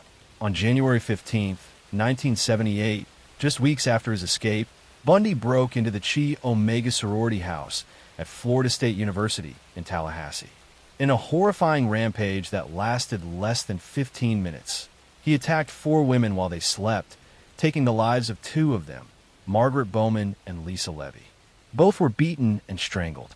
A 5th woman in a nearby apartment was also attacked that same night, but survived. Less than a month later, Bundy abducted and ended the life of 12-year-old Kimberly Leach, taking her from her school in broad daylight. Her body was found weeks later in an abandoned pig shed. This would be Bundy's final victim before his capture. Bundy was arrested on February 15, 1978, after being pulled over for driving a stolen vehicle. Police found identification cards belonging to female students in the car. Bite mark evidence from the Chi Omega attacks matched Bundy's teeth, providing crucial forensic evidence against him. Ted Bundy's trials became media spectacles. He chose to represent himself in court, and the proceedings were among the first criminal trials to be televised nationally. Bundy seemed to enjoy the attention, smiling for cameras and acting confident. He even proposed to his girlfriend Carol in Boone during his trial, and she accepted, creating a bizarre courtroom moment where they essentially married. Despite Bundy's charm and attempts to manipulate the jury, the evidence against him was overwhelming. He was convicted of taking the lives of the Chi Omega women and Kimberly Leach and was sentenced to death. While on death row, Bundy gave interviews where he discussed his crimes in the third person, never fully admitting guilt, but providing chilling insights into the mind of a serial killer. Bundy claimed that exposure to violent media had influenced him, though experts believed he was deflecting responsibility. He also confessed to numerous other crimes in the days before his execution, finally admitting to killing at least 30 women, though investigators believe the true number was much higher. On January 24, 1989, Ted Bundy was executed in the electric chair at Florida State Prison. Outside the prison, crowds gathered, some celebrating the execution of one of America's most notorious killers. His death brought some closure to the families of his victims, though the pain of their losses would never fully heal. Ted Bundy's case changed how law enforcement approached serial crime investigations. It highlighted the importance of sharing information across state lines and recognizing patterns in disappearances. It also showed how dangerous it was to assume that someone who looked normal and acted charming couldn't be capable of horrific violence. The young women Bundy victimized were daughters, sisters, and friends who had their entire lives ahead of them. They were students pursuing education, women with dreams and futures that were stolen by a predator who saw them as objects rather than human beings. Ted Bundy's charm and intelligence made him particularly dangerous because people trusted him, never suspecting the evil that lurked behind his friendly smile. Next story, I'm going to tell you a story about power, silence, and the cost of speaking the truth. It is the story of how an industry built on dreams and fame allowed one man to control women's futures through fear. This is the story of Harvey Weinstein and the system that helped him stay untouchable for decades. For years, Harvey Weinstein was one of the most powerful figures in Hollywood. As the co-founder of Miramax and later the Weinstein Company, He produced dozens of award-winning films that shaped modern cinema. He stood on the stages of the Academy Awards, shaking hands with actors, directors, and politicians. His name appeared in movie credits alongside some of the greatest titles of the 1990s and 2000s. To the public, he was the man who made stars. Inside the industry, he was feared. Weinstein's story began in Queens, New York, where he and his brother Bob grew up in a working-class family. In the 1970s, the two founded Miramax, naming it after their parents, Miriam and Max. They began by distributing small independent films, slowly building a reputation for bringing daring stories to mainstream audiences. By the 1990s, Miramax was a powerhouse. It released Pulp Fiction, The English Patient, Shakespeare in Love, and countless others that defined a generation. But behind the scenes, Harvey Weinstein ruled through intimidation. Colleagues described him as explosive, controlling, and obsessed with dominance. He shouted at assistants, humiliated executives, and demanded absolute loyalty. That same hunger for power extended beyond his office and into his relationships with women. In hotel suites, production offices, and film festivals, Weinstein used his position to lure aspiring actresses and employees into situations where he could exploit them. He would promise career opportunities, auditions, or roles, but once alone, he would corner them, harass them, or assault them. Many women described the same routine, a meeting about work that turned into pressure, coercion, and threats. For years, the rumors spread quietly. Agents warned their clients to be careful. Some assistants tried to speak up, but were silenced by non-disclosure agreements or fear of losing their careers. Hollywood's culture of secrecy made it easy for him to operate. His films employed thousands, his influence stretched across studios, and his donations reached politicians and charities. Speaking against him meant risking everything. When women did try to go public, the system around Weinstein reacted to protect him. Lawyers threatened lawsuits. Tabloids were used to discredit victims. In some cases, private investigators were hired to track women who were considering speaking out.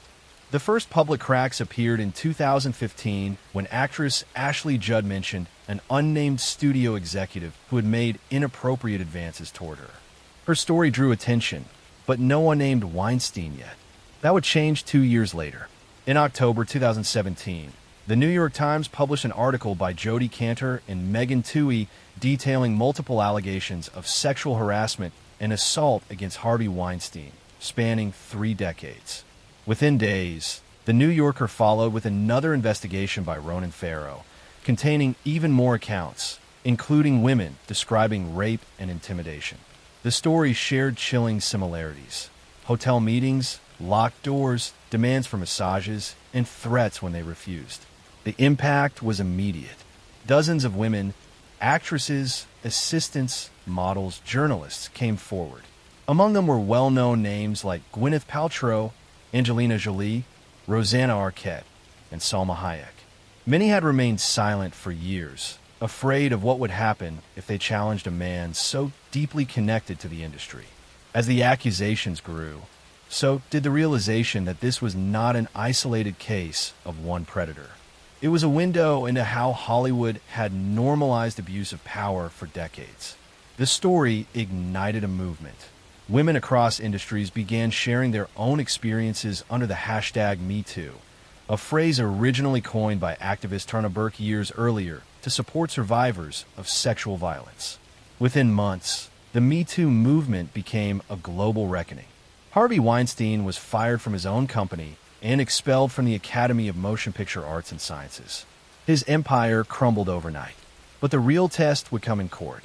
In 2020, after years of legal battles, Weinstein stood trial in New York. 6 women testified, describing how he had assaulted them and used his power to silence them. The prosecution presented a pattern of manipulation, using his position as a gatekeeper of careers to control young women's lives. The defense tried to argue that the encounters were consensual and part of the power dynamics of the industry. The jury disagreed. Weinstein was convicted of rape and sexual assault and sentenced to 23 years in prison. Later, additional charges in California led to another conviction, adding 16 more years to his sentence. Once one of the most powerful men in entertainment, he would spend the rest of his life behind bars. The consequences went far beyond Weinstein himself. His downfall opened a floodgate. Executives, directors, journalists, and politicians across the world faced new scrutiny. Victims who had stayed silent for years finally spoke out. Entire organizations reevaluated their policies on harassment and consent. For many women, the movement represented the first time their voices were believed. Yet for others, it was a painful reminder of how long the system had ignored them. Some of Weinstein's victims had tried to report him in the 1990s, but were dismissed or paid off through settlements that buried their stories. The legal structures that protected powerful men for so long, non-disclosure agreements, private arbitration, and corporate complicity, began to crumble only after the media exposure. The film industry has tried to move forward, but the scars remain. Many survivors of Weinstein's abuse continue to deal with trauma, therapy, and careers that never recovered. Some left the industry entirely. The Me Too movement, though transformative, also faced backlash. Critics claimed it created fear and overcorrection. But its impact was undeniable. It changed how the world talks about consent, accountability, and power. Weinstein's case showed how abuse can hide in plain sight when wealth and influence are involved. He surrounded himself with enablers, lawyers, publicists, and executives who benefited from his success and looked away from his crimes. In the end, his downfall was not only a personal collapse, but an indictment of an entire culture that prioritized money and fame over humanity. When he entered the courtroom in handcuffs, limping and pale, the image symbolized the end of an era, the moment when power no longer guaranteed protection. For decades, Hollywood had rewarded silence. Now, silence had finally broken. Harvey Weinstein will likely die in prison. His name, once attached to golden statues and glamorous parties, now stands as a warning, a symbol of what happens when power goes unchecked. But the women who spoke out did more than expose one man. They exposed a system built on fear and silence, and they changed the world by refusing to stay quiet. Their voices created a movement that outlived his power, proving that even in the darkest corners of fame, truth still finds a way to be heard. Next story, I am going to tell you a story about a long-haul trucker, about a roadside diner where everyone knew everyone else's business, and about how a small, almost undetectable change in a decade-long routine revealed a calculated murder hidden behind the mask of normalcy. In the late 1980s, the heart of the Midwest trucking route beat through the town of Harmony Junction, Indiana. The anchor of this town was the Midway Stop Diner, a greasy spoon that ran 24 hours and served as the unofficial headquarters for the independent haulers who worked the I-70 corridor. Among them was Jerry Vance, known simply as Red, a man whose life was defined by the rhythm of the road and his absolute punctuality. Red was reliable to a fault. He drove the same route, ordered the same breakfast, 2 eggs over easy black coffee, and arrived at the Midway stop every Thursday morning at 6:15 a.m., without fail for 12 years straight. His truck, a distinct green 18-wheeler with customized silver trim, was as recognizable as the grain silos on the horizon. Red lived alone in a small, isolated cabin 50 miles outside Harmony Junction, accessible only by a long, unpaved logging track. The cabin sat deep within a stand of oak trees, invisible from the nearest county road. His only consistent personal contact was his sister, Martha, who managed the family's small plot of farmland and whom Red called every Sunday at 7 p.m. precisely. This schedule was a fortress of habit, a fixed point in the chaotic, shifting landscape of the interstate. Red's life was a testament to order in a world of constant motion. He viewed his routine not as a limitation, but as the only defense against the unpredictable nature of the road and the cutthroat competition among the independent haulers. His contracts were consistent, his truck maintenance was perfect, and his habits were clockwork. In the autumn of 1991, the clock of Harmony Junction faltered. Red did not show up for his 6:15 a.m. Thursday breakfast. The owner of the Midway stop, Shirley, a woman who measured the passage of time in black coffee refills and diesel fumes, initially figured Red hit traffic or perhaps took a rare day off. But when Red missed the next Thursday and the Thursday after that, a quiet alarm began to spread among the regulars. Red was the one constant in their volatile, highway-defined lives. The missed routine was a tear in the fabric of their reality, a signal something fundamental had gone wrong. Red also missed his Sunday calls to Martha. Martha, accustomed to her brother's rigid schedule, felt immediate dread. She waited 2 full weeks, the silence from his end of the line growing heavier with each passing hour, unable to shake the feeling that the absence was deliberate, not accidental. She called the state police, filing a missing person report that centered not on an event, but on the profound absence of routine. Martha emphasized the mechanical certainty of Red's life. He would sooner miss a gear shift than his 7 p.m. call. She explained that Red's habits were a psychological imperative. The deviation was a guaranteed sign of duress. Deputy Dale Evans, a local man who knew the rhythm of the truckers, was assigned the case. He began his investigation not at Red's remote cabin, but at the Midway stop, understanding that Red's life was the highway. Shirley confirmed Red's truck, the distinctive green unit, had been accounted for on his usual delivery routes, verified by logbook entries and toll receipts, right up until the last week of September. Then abruptly, nothing. The logbooks ceased. Red's electronic toll transponder also stopped registering activity. The initial search was hampered by the sheer vastness of the territory. Hundreds of miles of interstate offered endless places for a heavy truck or a man to disappear. Evans eventually made the long drive to Red's cabin. The cabin was secure, locked from the outside. Evans had to force entry, finding an interior that was unnervingly tranquil. Clothes hung neatly, dishes were washed and stacked, and a new copy of the trucker's atlas lay open on the small kitchen table, marked with grease pen circles around future routes. There were no signs of struggle or forced entry. It looked exactly as Red would leave it for a week on the road, a perfect maintenance of habit, which in its perfection felt entirely wrong. However, Evans noticed 2 significant discrepancies that hinted at a carefully constructed illusion, details that contradicted Red's compulsive nature. First, Red's small, antique brass wind-up clock on the bedside table, a gift from his mother, was stopped at 3:05 a.m. Red was obsessive about keeping his timepieces wound and accurate. The clock was simply dead, a profound stillness in a man's life defined by forward motion. Second, the small, narrow gravel driveway leading up the final stretch to the cabin door was overgrown with weeks of uncut grass. Yet the final 10 feet, right up to the cabin entrance, looked suspiciously cleared.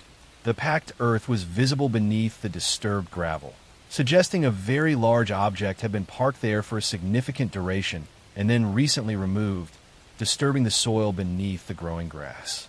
The pattern perfectly matched the wheelbase of a massive truck. The investigation stalled for 2 more months, without a body, a crime scene, or clear motive. The case was drifting toward being shelved as a voluntary disappearance, despite Martha's frantic protest that her brother was incapable of spontaneity. Red's assets were inaccessible, and the legal framework for a forced search was weak. The breakthrough came from an anonymous tip left on the state police hotline. The caller was Frank Hurley, a small-time, independent hauler who worked the same corridor and frequented the Midway stop. Frank was known for his intense resentment of Red's success, a bitterness that was barely concealed behind muttered comments about Red's easy contracts and pristine safety record. Frank admitted that he had seen Red's distinct green truck parked not at the cabin, but late one Monday night near the old abandoned quarry, 30 miles south of Harmony Junction, just a few days before Red stopped appearing at the diner. Frank said he thought nothing of it at the time, assuming Red was just doing a side job or an unauthorized stop. The tip, however, established that Red was off route and out of routine at a specific critical time. Detective Ortiz, a veteran of highway crimes, took the lead, immediately zeroing in on the gravel driveway at the cabin. The cleared patch matched the exact dimensions of Red's 18-wheeler. Ortiz theorized that Red's truck had been intentionally parked there for a significant duration, then moved. But why move a truck that large only to put it on its final destination route? Only if the truck itself was a necessary part of the crime scene and needed to be extracted from the isolated spot without leaving secondary tracks from another vehicle. The suspicion solidified. Red was murdered at his cabin on that Monday night. Frank, the suspect, had needed the truck to create the alibi that Red was still operating. The disappearance was not a break in routine. It was the start of a new, enforced routine designed by the killer. The investigators obtained warrants to search the abandoned quarry area Frank had mentioned. The quarry was a deep pit filled with water, surrounded by dense, muddy forest. A painstaking search yielded a small, rusted piece of equipment Red was known to carry, a customized hydraulic jack with Red's initials etched into the side. The jack was found half buried in the mud near a steep embankment, suggesting it had been hastily discarded after being used to move a significant weight. The key piece of evidence, Red's truck, was finally located months later in a long-term commercial storage lot in Kansas City, precisely where Red's usual delivery route ended. The truck was spotless, thoroughly cleaned inside and out, an almost professional job that was itself suspicious. However, forensic analysis of the cab's deepest crevices revealed minute traces of blood that had been missed by the industrial cleaner, along with synthetic carpet fibers that were completely foreign to Red's truck but matched the upholstery used in the specific model of truck driven by Frank. The collected evidence allowed Detective Ortiz to reconstruct the chilling timeline of calculated deception. The rivalry between Red and Frank escalated over a major, multi-year contract that Frank desperately wanted and Red had just secured. Frank ambushed Red at his cabin on that Monday night, using the remote location as his key advantage. Red's body was never found, but the evidence pointed to the truck's sleeper cab as the initial crime scene. Frank then drove Red's distinct green truck, the final, visible proof of Red's predictable life, back to the isolated cabin, parked it perfectly in the cleared spot in the driveway to establish the false timeline that Red was safely resting at home, and staged the interior. He had then driven Red's truck, with the body concealed, onto its usual delivery route, completing the final leg of the route to establish the truck's position, before cleaning it and abandoning it in Kansas City. Frank then immediately began running Red's highly profitable contract routes, using the ongoing absence as his ticket to financial gain. The stop clock was the final piece of psychological evidence. The time 3:05 a.m. was irrelevant to the victim's routine and was merely a theatrical flourish, an arbitrary moment of supposed early morning death. Frank, in his arrogance, had believed the solitude of the highway and the uniformity of the truckers' lives would protect him. He banked on the fact that no one would notice the small, 10-foot difference in the grass of a remote driveway, or the synthetic fiber of his own ambition left behind in the victim's domain. Frank was arrested and charged with murder. The highway provided the means, the isolation provided the opportunity, and the killer's clumsy attempt at creating a plausible timeline provided the final evidence. The case of the Midway stop and Red Vance became a dark parable among the long haulers of the Midwest, a reminder that in a world defined by routine and isolation, even the slightest deviation from the established pattern can be the first, quiet sign of a profound and terrible disruption. The road always remembers what the drivers try to forget.